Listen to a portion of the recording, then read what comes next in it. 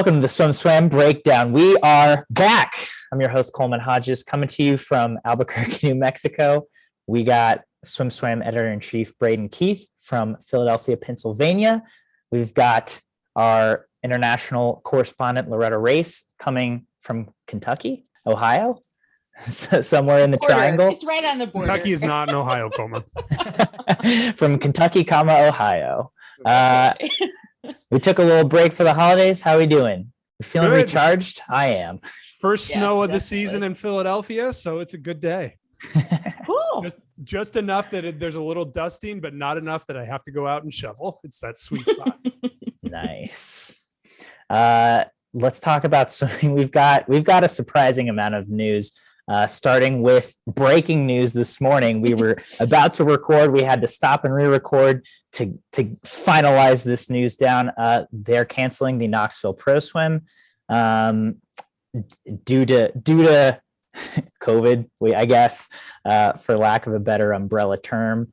Do we think this is very impactful in terms, considering we have a long course trials at the end of April? Do we think not racing long course meters in the middle of January is going to have a big effect? Well, first of all, I think we should address that the real reason that they're canceling is because Coleman wasn't going to go because it's his 30th birthday and he needed to have a super soft birthday party in whatever super soft place that's not Knoxville that he is currently in. I never know where Coleman's going to be from week to week, but that's the real reason they're canceling.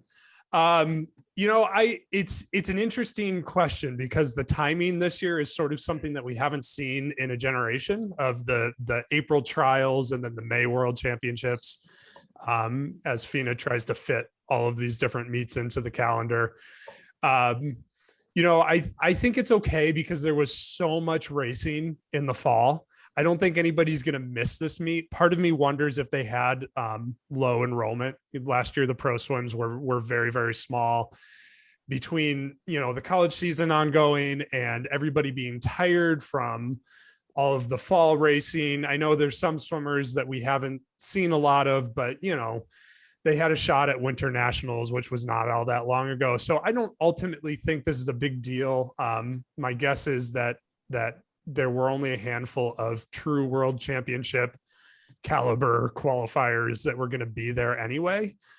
But, it makes me question the future of the series. There's no prize money this year. And it's kind of, I think during COVID, people learned a lot about going fast at smaller meets and the ability to do that. We saw a lot of swimmers go fast at smaller meets. And I wonder what the future of the Pro Swim series really is.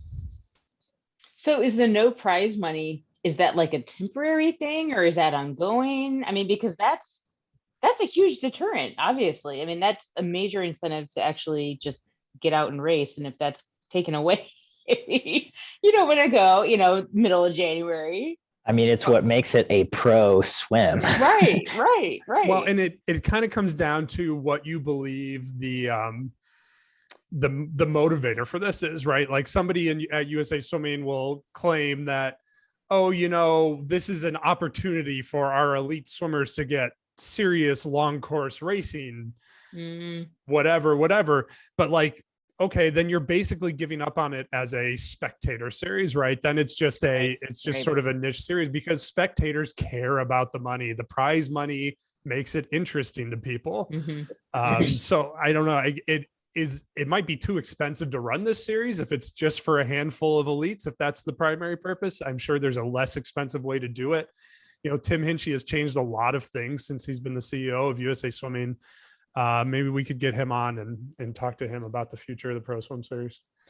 On that point though, I had a quick question though, like the FINA Champion Series, is that ever coming back or what's going on with that? My guess. Definitely not. We haven't said anything. Okay. I wish. Because a lot of big stars showed up for that, Because there was a lot of money. Not a coincidence. My guess is they're working on something that will look different. I think that was so clearly just a way to buy favor of athletes. It was just kind of slapshod thrown together as part of their battle with the ISL. response. Yeah. Yeah. So I think FINA, between COVID and jamming extra meets in, and the new administration, and short course worlds wasn't exactly the best organized event that we've ever been to. My guess is they are going to work on something for maybe 2023 or 2025. I'm sure they've got something in mind, but I don't think that format will return.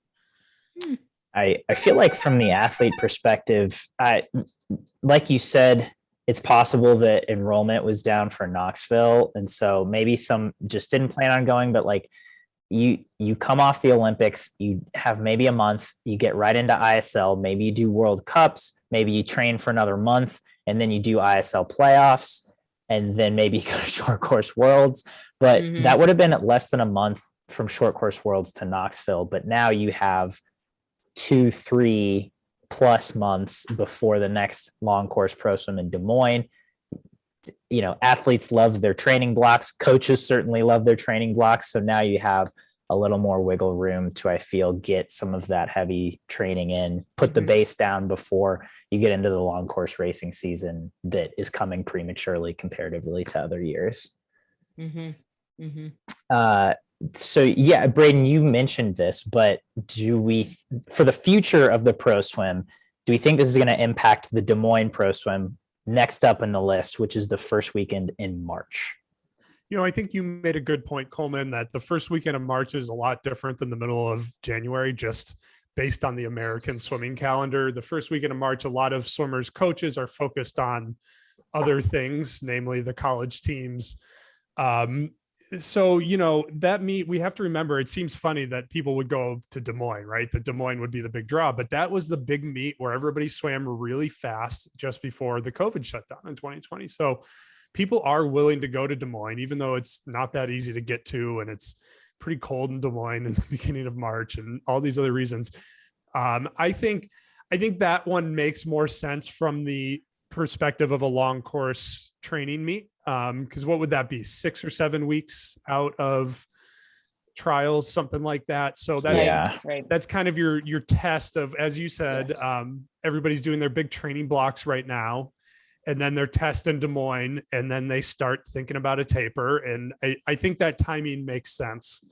But again, to me, you don't need a whole series to support a few meets that make sense. So in my mind, just eliminate the series, have sort of a less formal series of meets like this, meets like the one in Georgia, and do it that way, at least until there's an appetite shown to revive it as a true pro series. Or if there's no monetary incentive, then I say cut it off. Maybe Hinchy has a different plan of what he wants a pro series or circuit or something to look like, or maybe he just thinks, oh well, with ISL there's enough money out there, we don't need to do it too. I don't know. Never enough money, Coleman. Where's Mel Stewart when we need him? I agree. I'm trying to get into the brain of USA Swimming CEO, but we'll see how the pro swim moves forward. In international news, like 2 days after Christmas, we saw a world record, which was pretty dang rare. Emre Sakci, who got DQed not once but twice at Short Course Worlds in Abu Dhabi, broke Cameron Vanderberg's 12-year-old 50 breast short course world record, 24.95 at Turkish Nationals, where there were no underwater cameras used. What do we think of the legitimacy of this world record? I personally, I've read all of the comments. I've read all of the Australians trying to convince me that it was very clear and obvious what happened. I cannot see it. I can honestly say with a straight face that I can't see what they're seeing that's so clear and obvious. So on that level, I guess I don't have any grounds to doubt it. I think this is starting to open up this bigger question of, do world records need to now be marked as, underwater camera versus no underwater camera? Because the circumstances are just so different. I mean, we saw the swim in South Africa too. That was a South African record. I feel like anytime somebody breaks a record at a non-FINA meet now, we have to include unlike at the FINA Short Course World Championships where they DQ'd every single breaststroker entered, there were no cameras involved here. So I wonder how you prepare your athletes for that as a coach. Do you not think about it until you're going to the FINA meet, or do you try to fix it, at every meet? I think we know what we would like for the coaches to say, but I think athletes kind of push it as far as they can go when there's no cameras, no one like with the microscope basically. And then they get caught when there's underwater cameras. So I think that's the difference. I think it's they push the technique as far as it'll go quasi legally, and then they get hammered, at like Short Course Worlds. So I totally agree. There needs to be some kind of asterisk that's like cameras or no cameras, for like the world records. So many of them have said, I didn't know I did it. I didn't know I did it. And our senior writer, Jared Anderson, who is the most honest guy ever, he was a pretty good breaststroker. He was like a, NCAA B finalist, kind of had a chance at maybe making a world's team at some point in the 50 breast. So he's a good enough breaststroker. He always said to me that he had a point in his career where he was doing a funny foot wiggle underwater on his pullout, and he straight faced had no idea he was doing it. And this was 10 years ago. He had no reason to lie about it. He's also, anybody that knows Jared, he just doesn't lie. It's not in his nature. So I tend to believe some of them when they say they don't feel it. But then the question is, if it's not getting identified until FINA meets, like, are we going to start seeing teams installing their own underwater cameras in their training pools, seeing what they can see and trying to fix it before they get to the meets? Because it's kind of, and I know this is the athletes' complaints, they feel like it was sprung on them. That FINA was just like, surprise, you're all getting disqualified now, which of course isn't true because the rules have been what the rules have been. But FINA did sort of they didn't change the written rule, but they changed the application of the rule. And I don't know that anybody knew that was going to happen. So they didn't know that ahead of time.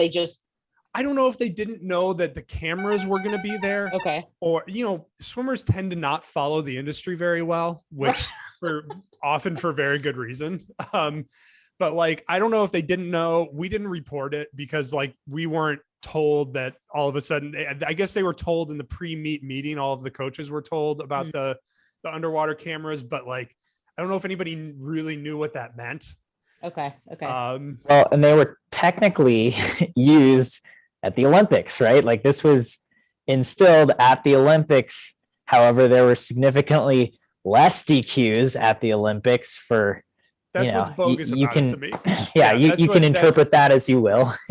And I'm going to interpret it as I will, Coleman. They intentionally didn't call DQs at the Olympics because they didn't want to ruin the Olympics and all the money that comes with it.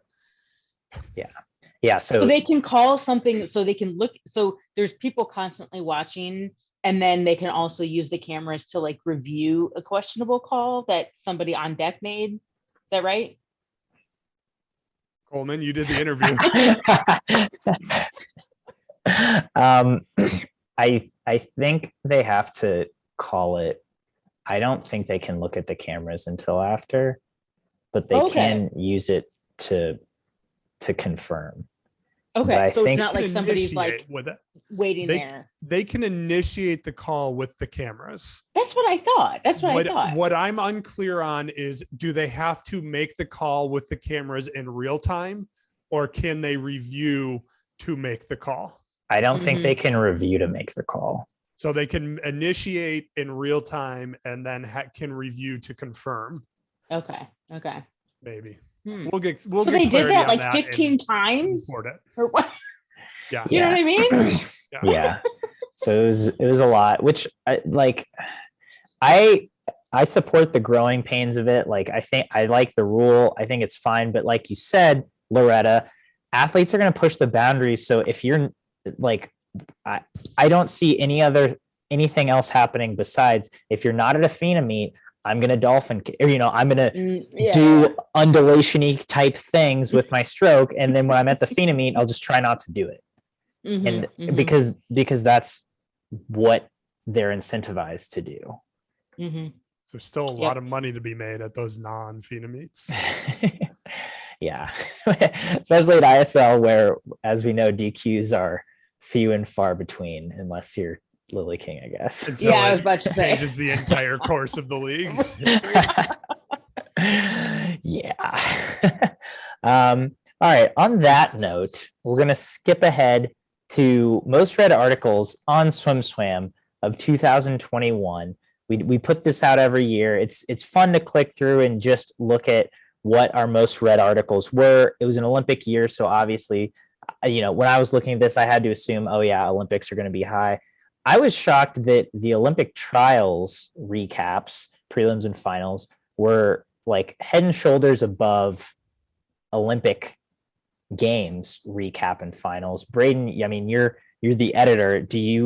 Were you surprised by that as well, or was that pretty standard? I was surprised that they were higher. I guess I would say I expected them to be close. I didn't expect to get as much traffic from the Olympics as we have in the past. I think the way they did it with the morning finals, I think that's confusing to follow for the average person. They don't know which day it is and which races are happening. Right. In that, I think that just leaves people to kind of follow the meet as a passive casual fan, which doesn't lead them to SwimSwam, right? Like, and we saw TV ratings down to start with, but if you're just kind of watching whatever you've been shown, then you're not going to be motivated to go read a niche swimming website to learn more. So I guess it's not like shocking to me. The Olympics felt a little bit flat in a lot of ways this year. Something like 60% of our audience is American, and the Americans didn't have the best meet that they've ever had. And, the only time zone that it was really kind of great for was Asia, and we don't have a big Asian audience. So I don't know, is what it is. Yeah, I kind of chalked it up to timing for the most part. I feel like what Braden is saying is accurate. I think that it was hard to follow real time. I mean, even myself reporting, I was like, wait, is it day 2 or day 3? Like, I was getting confused. Yeah. So and for I Europe, it was terrible. Yeah. It was unwatchable for Europe. Mm-hmm. Oh yeah. Mm-hmm. Yeah. That sounds like it would be really bad. So I hadn't thought of that. That makes total sense. For just from a quick review, is there anything else that stuck out to you guys about our top 50 most read articles of 2021? When I read these things, I always think about the things that sort of felt like they were a big deal. There are certain things in swimming that like are a big deal, but kind of don't necessarily move the market. So, I'm thinking along the lines of something like the Bill Wadley issue. Like, that was a huge deal for American swimming. It happened to come out on the same day as the Cleat Keller news, so it was overshadowed and is a little inside baseball-y, right? Like, there's only a certain few people that actually care about what's going on with the president of ASCA, even though it has big ramifications regardless. So, that's always what stands out to me is articles that in my mind are kind of a big deal, but in our readers' minds maybe don't. Like, I don't think a single world record post was in the top 50. And that kind of thing is always interesting to me. I was just looking at the article, and I think one of them was Phelps's view on Dressel being left off the 800 free relay. So I think that's kind of telling that people still value Phelps's opinion and kind of see him as kind of an athlete authority, kind of thing. So I think that was kind of telling in a way. That's a good he still has a lot of pull. In a similar vein, I'm shocked that Olympic gold medalist Maya Dorado announces pregnancy was number 19. I was surprised about that too. I know. Well, she got kind of a second wave of enthusiasm after her Michael Andrew comments. So I wonder how much of that was. That's a good point. That. Some of these things, like our most read article wasn't even about swimming. So some of these things just get picked up by, a few years ago, our April Fool's joke got picked up by People magazine, for example.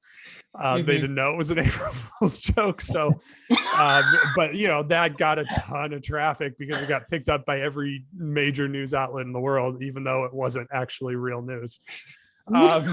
So I think sometimes that's what drives some of that stuff. And in the same vein, speaking of other tops and accolades of 2021, as we do every year, we put out our yearly Swammy Awards. And so for you guys, I just want to know your personal Swammy of what was your favorite moment of 2021. So for me, it was Arena Titmus, Australia, beating Katie Ledecky, American 400 free Olympic Games. Shady. I predicted it. I knew it was going to happen. I got so much hate mail, and it happened. And obviously, Dean Boxall's reaction like epitomized my reaction as well. I was so stoked. And it proved that 2019 World Championships wasn't a fluke. Yes, Ledecky said she was sick. Okay, that's fine. But she broke the Olympic record. Titmus did as well. So she put an exclamation point on it. And for me, that was thrilling. It was a great race. So my biggest takeaway is that Loretta is pro Dean Boxall celebration. Yeah, totally. Yeah.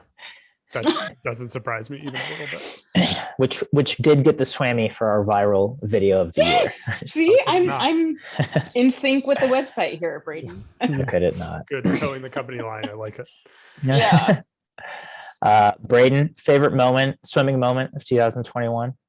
I think the best swimming moment of 2021 is still not being talked about enough. And that was when Sarah Sjöström won the silver medal in the 50 free at the Olympics. I think we can't hype enough how big of a deal it was that she came back from that broken elbow so quickly and essentially didn't miss anything that mattered. Came back at the Olympics, won a medal, probably would have had more medals of different colors had she not broken her elbow, but coming back that quickly, then going straight into ISL, winning ISL MVP, and all of the other things that she did this year. And I'm still blown away by how quickly she came back from that injury. Right. Good one. Fair enough.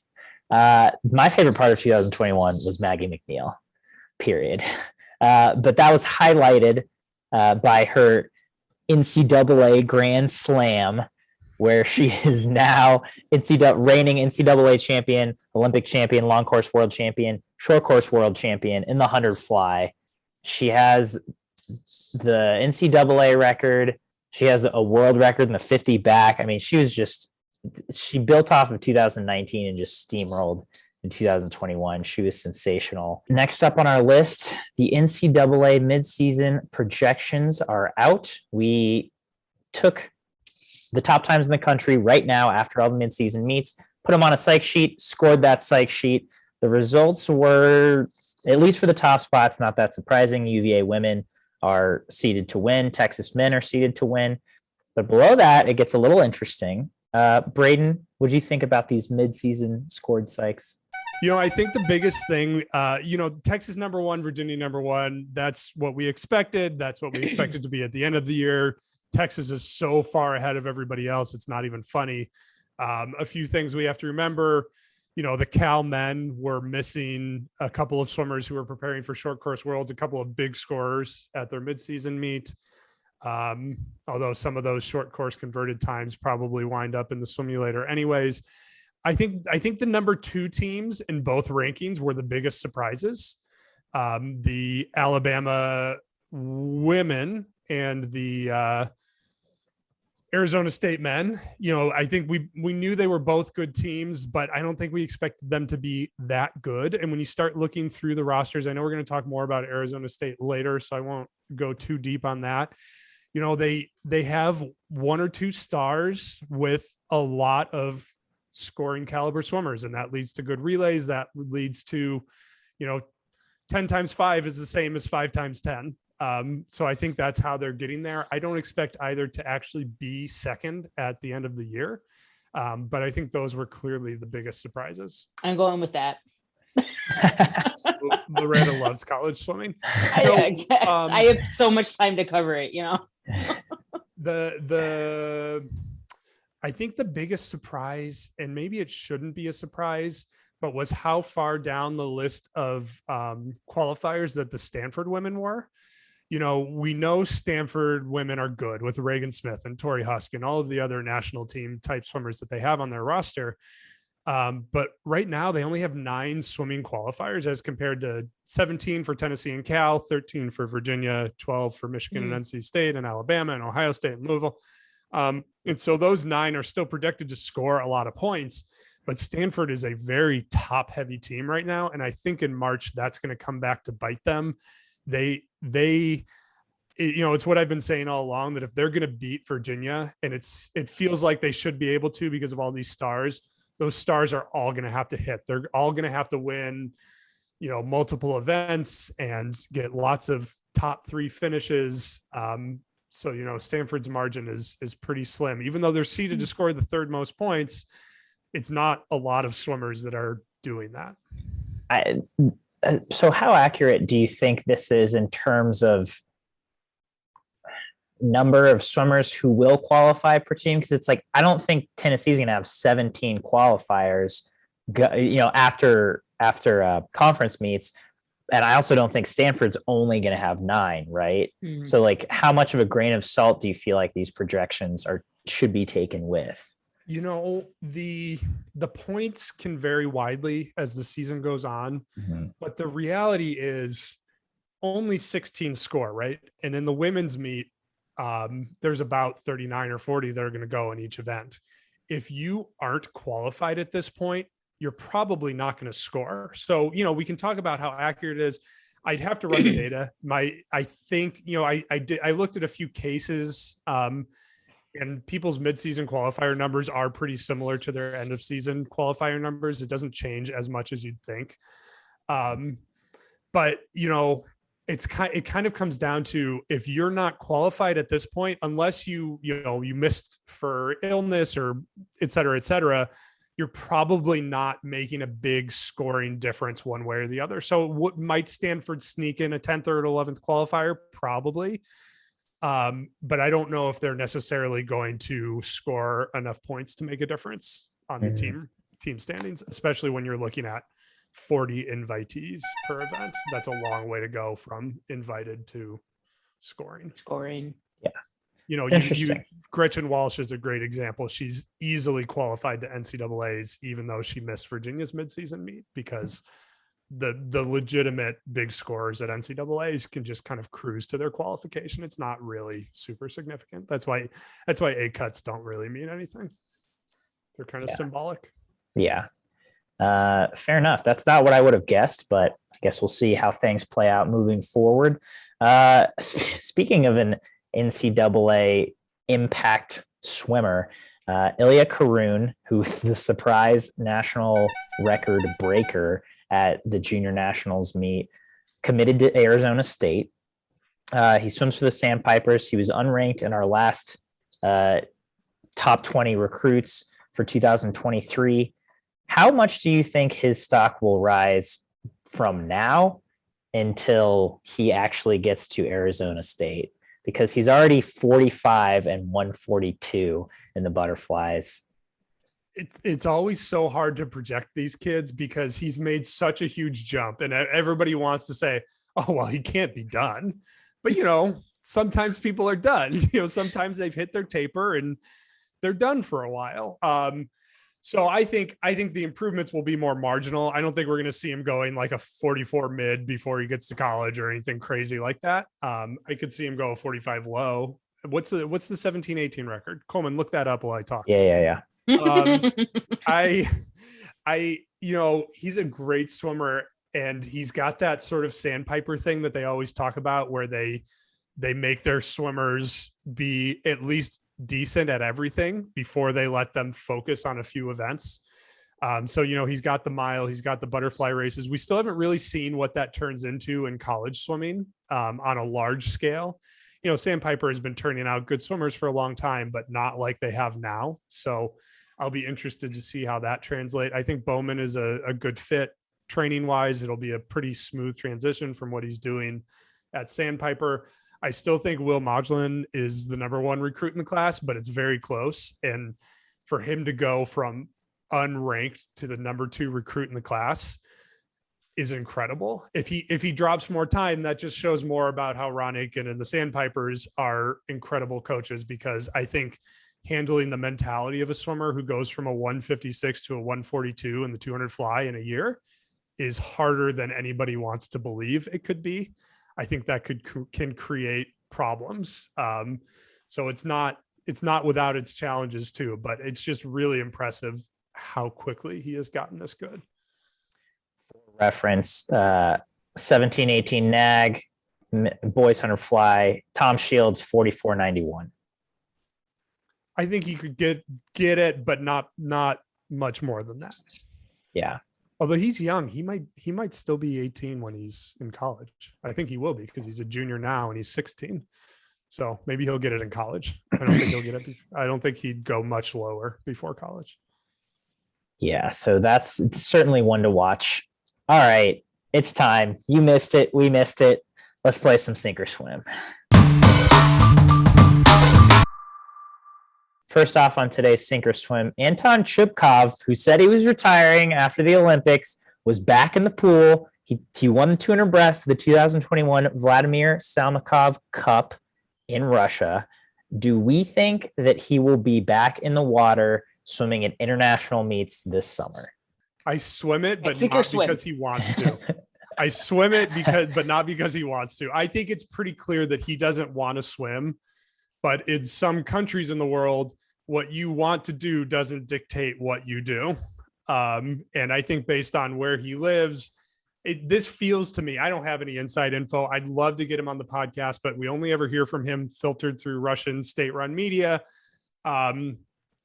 It feels to me like he doesn't really want to swim anymore, but that there's some kind of a financial or political or otherwise pressure that is going to make him do it.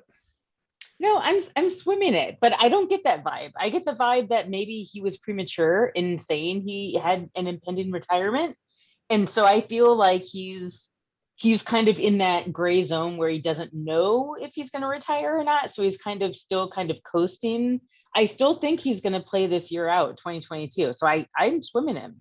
Going back to the ASU men, sink or swim, will Arizona State get second at NCAA's in March? I'm definitely sinking this. I think we have to remember that Arizona State hasn't been great at hitting NCAA tapers in the past.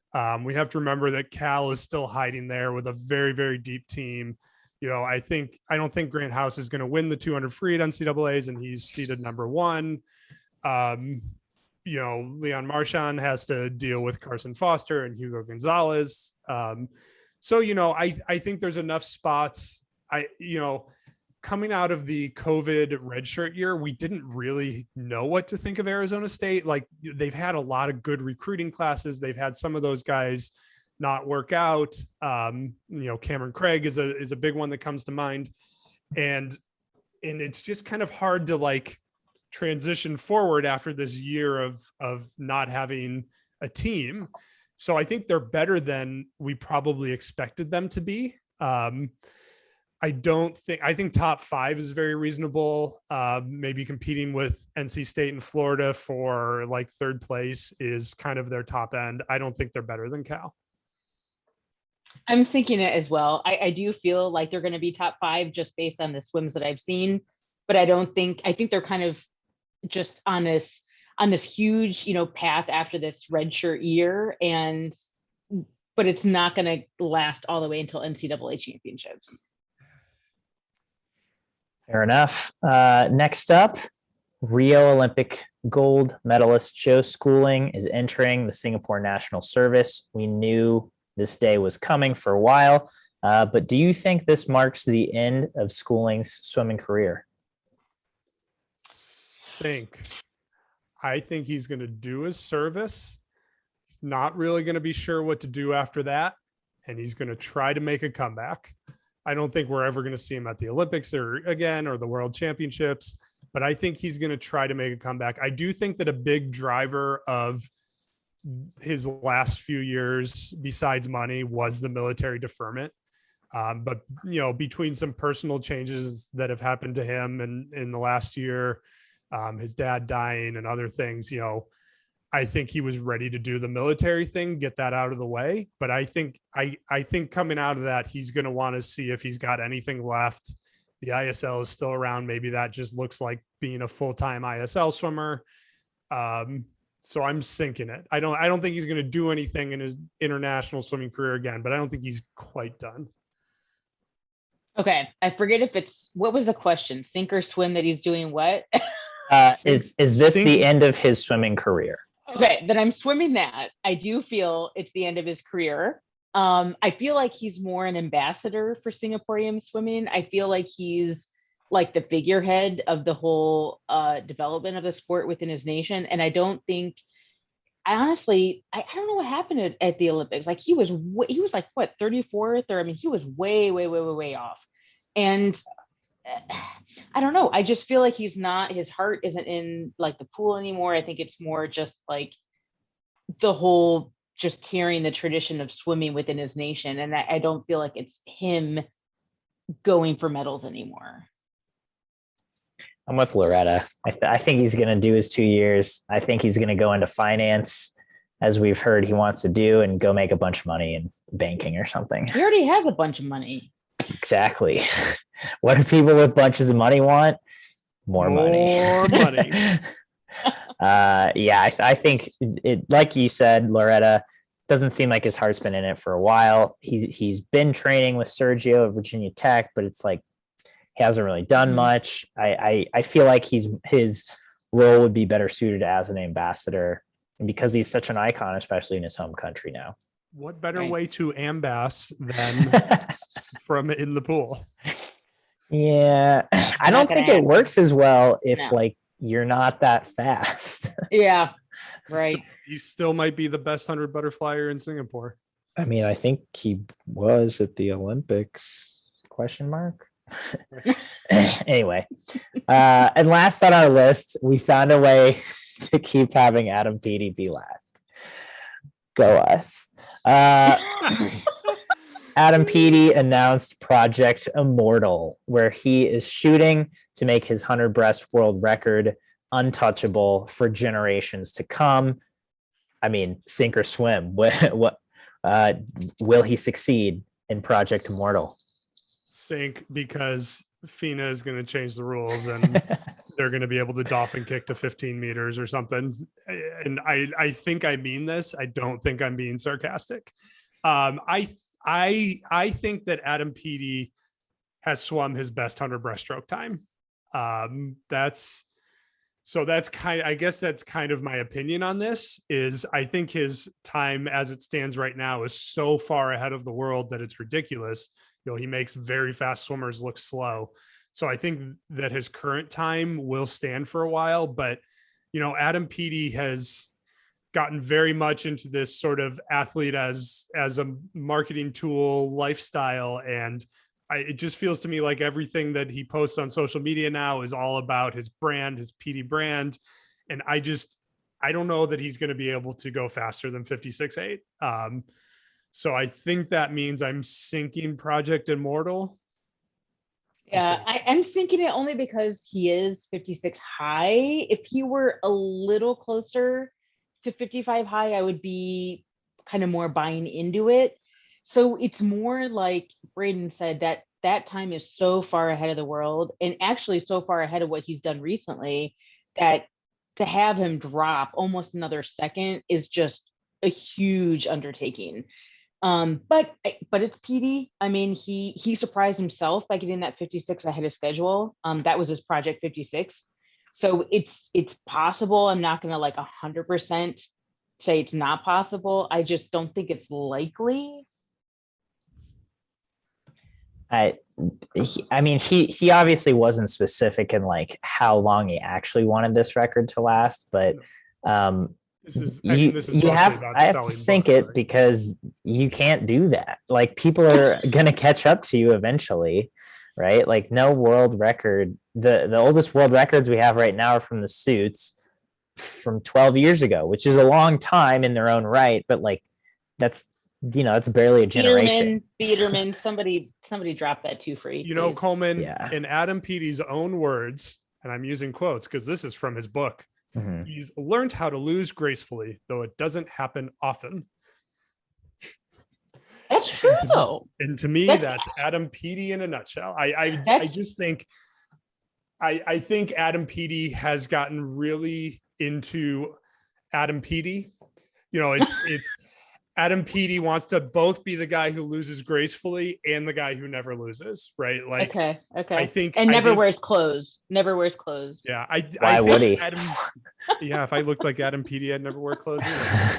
I think Adam Peaty is just very focused on his image, on his book, on his celebrity, and I think that at some point that wears on your swimming, especially as you get into a certain age and yada yada yada.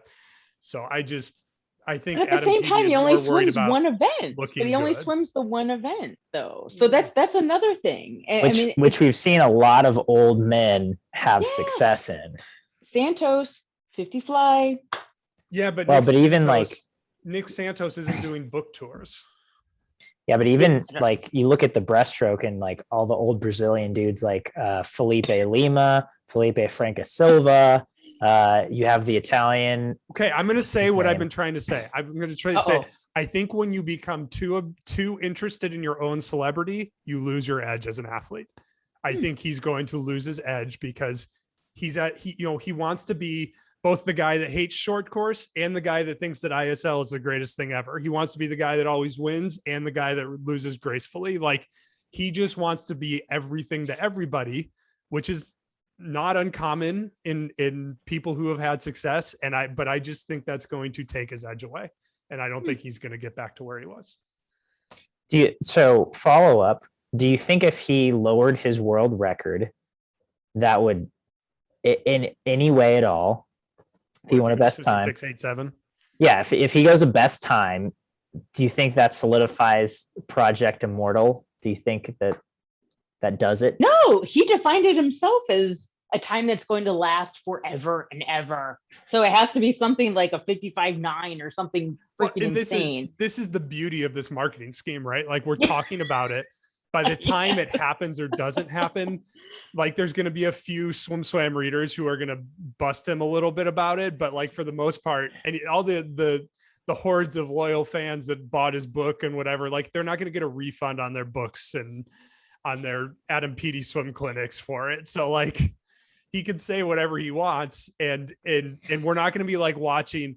Oh, so like, let's say Adam Peaty goes a 56.6 next summer. We're not going to be watching and say, oh, that person broke 56.8, but not 56.6. That means Project Immortal is still intact.